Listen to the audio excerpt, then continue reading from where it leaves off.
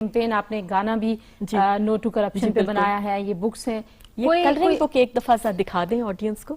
یہ کلرنگ بک ہے بنائی بچوں کے لیے، say no to corruption. National College of Arts کے اسٹوڈنٹس کو ہم نے کہا کہ آپ بھی ذرا محنت کریں اور کلرنگ بک بنائیں.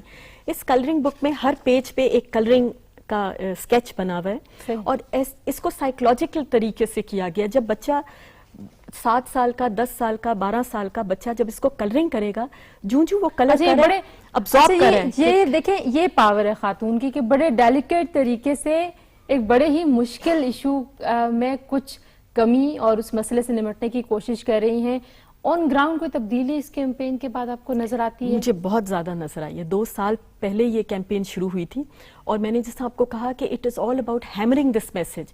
مقصد صرف یہ کہ ہر پاکستانی جہاں جائے، صبح دوپہر شام، اس کو یہ جب میسج ملے ابھی تو دل میں خدا کا خوف بھی پیدا ہوگا. میں ایک واقعہ بیان کرنا چاہ رہی تھی جس سے جتنے ہمارے بھائی بہنیں یہ دیکھ رہے ہیں کہ وہ موٹیویٹ ہوں، کیونکہ کئی دفعہ لوگ تنقید کرتے ہیں کہ سے نو ٹو کرپشن کرنے سے کیا ہوتا ہے. ایک میرا اپنا پرسنل واقعہ جی، میں جلدی سے چھوٹی سے ٹائم میں بتاؤں گی کہ جیسا آپ نے کہا کہ آپ روز واک کرتی ہیں، تو میری بھی ایک روٹین ہے کہ میں واک ضرور کرنے جاتی ہوں. تو جس پارک میں روز واک کرنے جاتے ہیں تو اکثر یہ ہوتا ہے کہ سردیوں میں عصر کی اذان ہو گئی تو وہیں نماز پڑھ لی، کبھی مغرب کی ہوئی تو وہیں پڑھ لی. تو اسی طرح کچھ عرصے پہلے 2 سال پہلے جب میں واک کرنے گئی پارک میں، تو جب اذان ہوئی تو جو میں اپنی کار کی طرف چلتی ہوئی جا رہی تھی کہ جان نماز نکالوں، تو میں نے دیکھا کہ 4 لڑکے جو ہیں کوئی 15-16 سال کی عمر کے، وہ بہت بری طرح ایک دوسرے سے لڑ رہے تھے. اچھا. ایک کی شرٹ بالکل پھٹی ہوئی تھی، بلیڈنگ ہو رہی تھی، بہت ہی ابیوسو لینگویج یوز کر رہے تھے.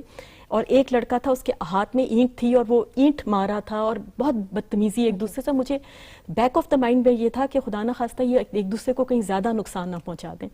تو میں نے جب جان نماز لگائی تو ان کی موٹر سائیکلوں کے ساتھ ہی میں نے جان نماز لگائی اور جب نماز پڑھنی شروع کی تو ایک ڈر بھی تھا کہ وہ اینٹ کہیں مجھے نہ لگ جائے. لیکن حیرت یہ ہوئی کہ اتنا شور، اتنی لڑائی اور گالیاں ایک دوسرے کو، لیکن جو ہی نماز شروع کی تو خاموشی ہو گئی.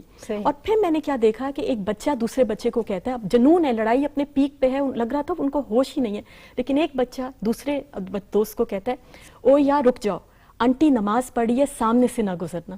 That was the moment of awakening کہ ان بچوں کو بچپن سے نانیوں دادیوں نے یہ شاید نہیں بار بار سکھایا تھا کہ جو ہی اذان ہو نماز پڑھنا.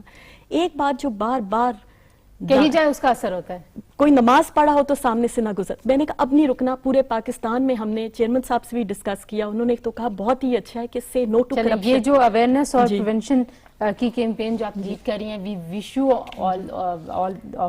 آل دی بیسٹ. اور ظاہر ہے جب آپ یہ کر لیں گی تو ہمارا ملک اور ہمارا معاشرہ بہتری کی طرف جائے گا. عالیہ، بہت شکریہ آپ آئیں. اور اب ہم آپ کو لے کے چلتے ہیں. آج ہماری ملاقات ہوئی ان ڈیلیگیشن سے جو پہنچ چکے تھے.